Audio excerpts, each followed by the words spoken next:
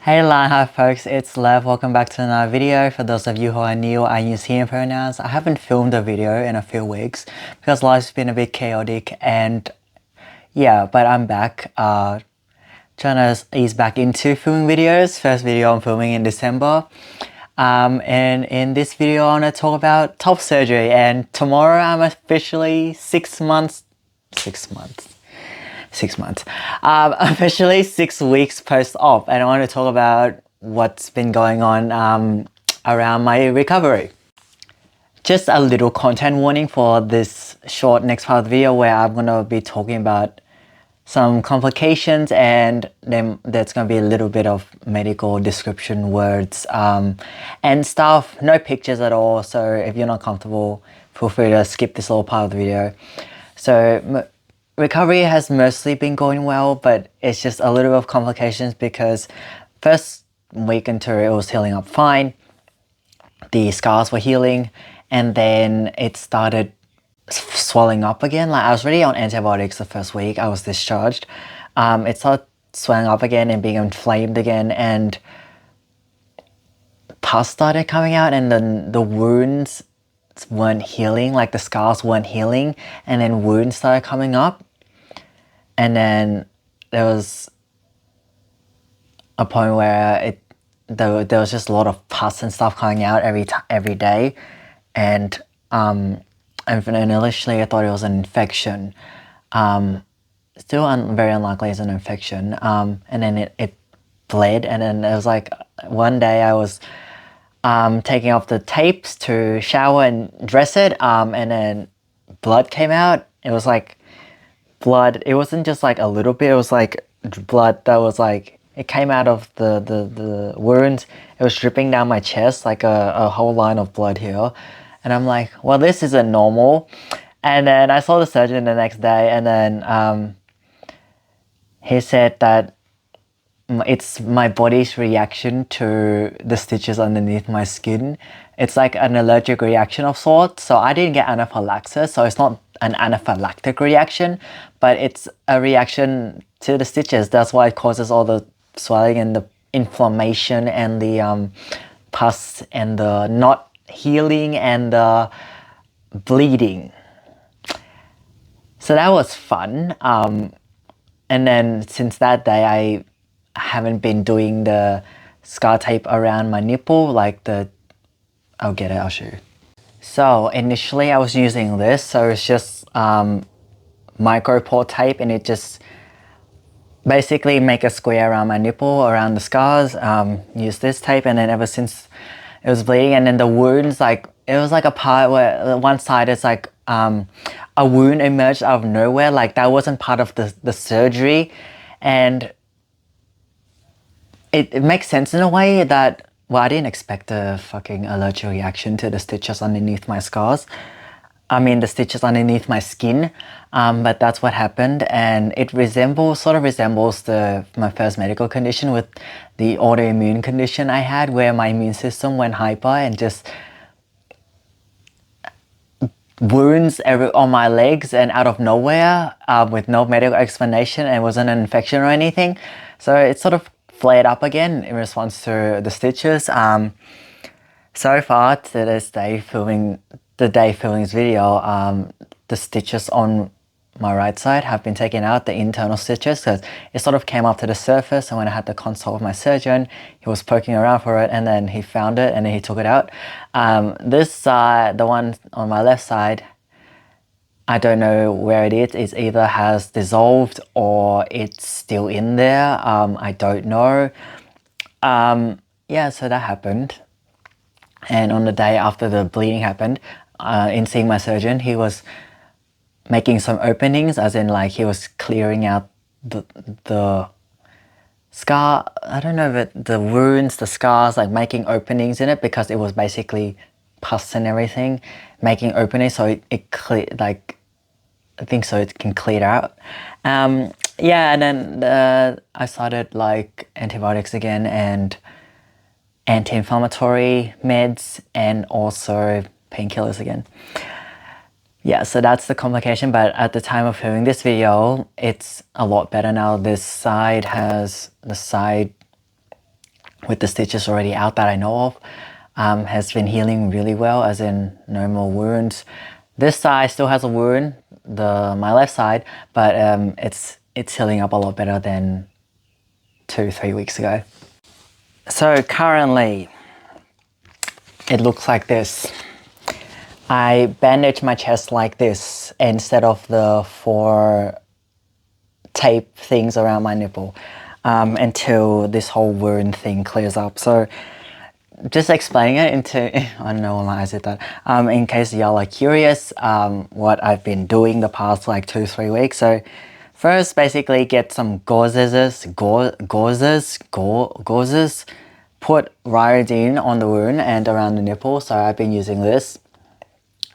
Put this on first, and then put Bhakti grass on it. Bhakti grass is basically netting, cotton gauze netting thing on top of the wound. This is also, I believe, antibacterial.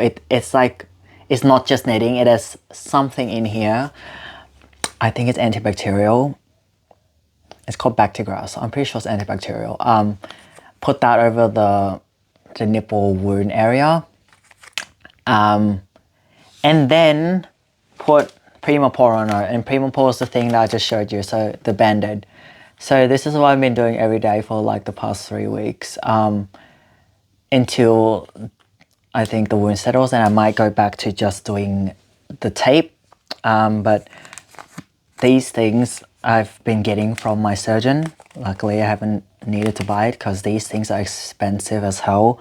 Also, Bhakti grass is expensive as hell, and I know because for my first medical condition, I used this for like almost a year. Doing this for almost a year. The antiseptic, netting, and then bandage. This isn't the first time. So basically, when this thing came up and I had to do this cleaning my wound and dressing procedure, I'm like, oh, here I go again. How many years later?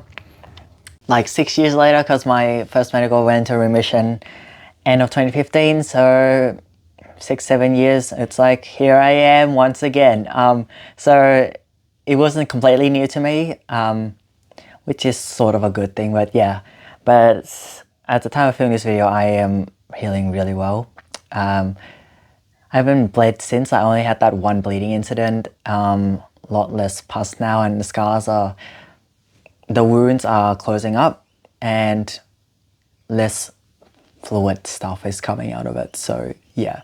So that's that in terms of scars and scar care, but overall in terms of the whole top surgery journey, I can't believe it's almost 6 weeks post-op. I'm like, what the hell?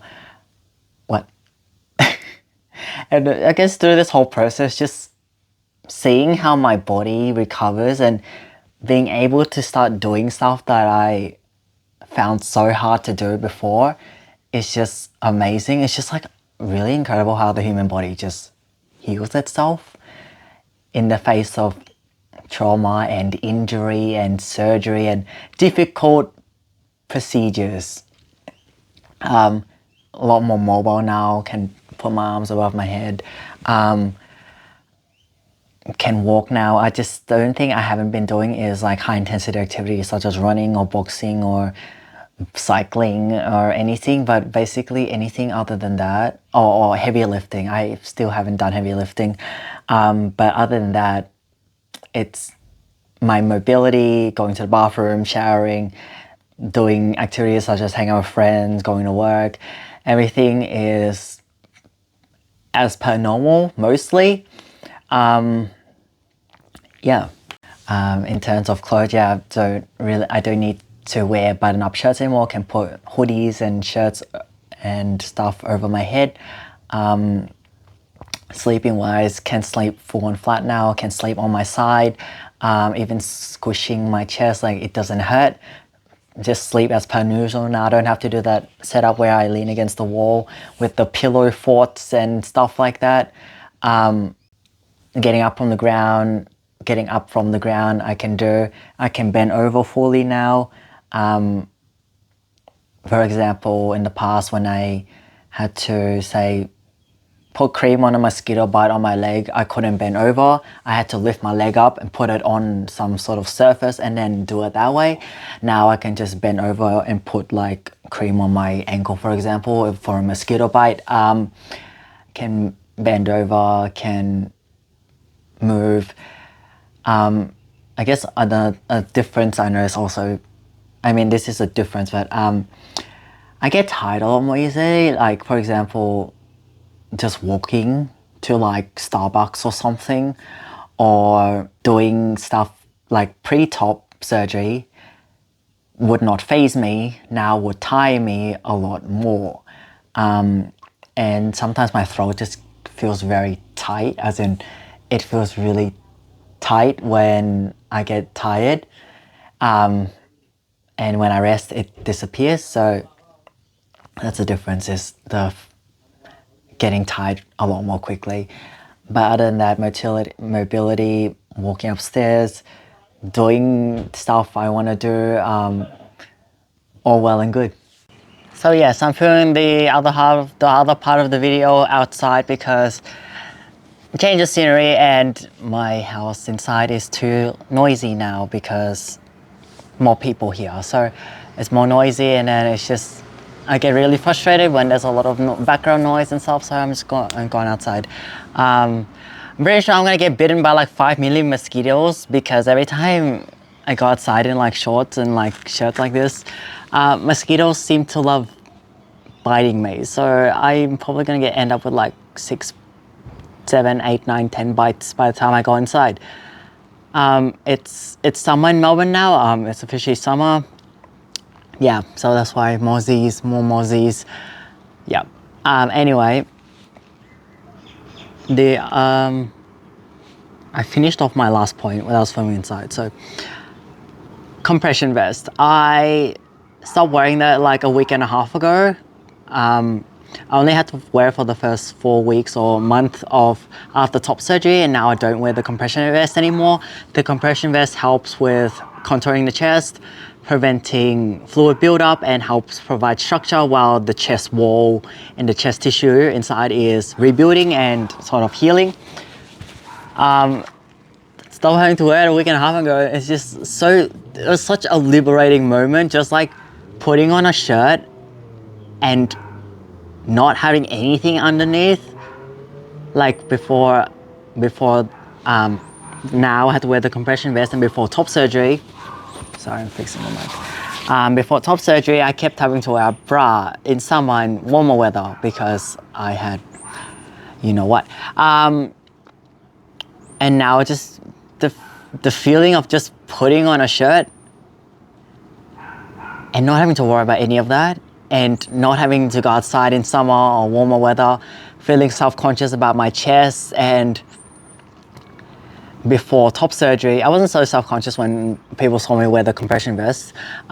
Before top surgery, conscious of whether people were going to see my bra strap, or just in warmer weather. When it was winter, I wore like 5 million layers and hoodies and stuff, so that was fine. But when it was warmer weather, just being conscious of, oh shit, is my bra strap showing? Let me fix up my shirt, and trying to hide it because I didn't want to possibly have to explain myself or out myself. Actually, it's more the explaining part because I put my life on the internet and my trans stuff.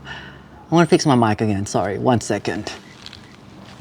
Yeah, just, I already came out online, I'm sharing my story and stuff, but people who don't know me or don't watch my channel, I pass as a guy in society, and the whole concept of passing as a video, I can make a whole separate video on this and talk for ages. But yeah, I pass as a guy, and in seeing a bra strap, I might get questioned and stuff, and that made me very self-conscious. So summer and warmer weather, it was not a fully comfortable time for me when I was going outside, especially like the beach and just public areas in general. Yeah, now just being able to do that, just putting on a shirt and not having to worry about that dysphoria, being self-conscious of, oh shit, is my chest sticking out, and stuff like that. It's just so fucking liberating, and it hit harder when I first did it last week, but it's still sinking in now. It's only like been a week and a half since I started doing this, really, wearing just a shirt without the compression vest or anything underneath, really, in just interacting with the world. Yeah, and last weekend I went to the beach, and being at the beach for the first time without wearing the compression vest or a bra was just, I don't know how to explain it. It was just like, well, fuck, like this is the first time in forever feeling. And I was just sitting there listening to Old Me by 5 Seconds of Summer on repeat. And there's dogs over the side of the road and they sound very aggressive. But anyway, just sitting at the beach, comprehending this is how far I've come and this actually happened. Like, this is reality. Like, I'm not dreaming that I teeth yeeted. Teeth yeet means top surgery, by the way, for those of you who don't know.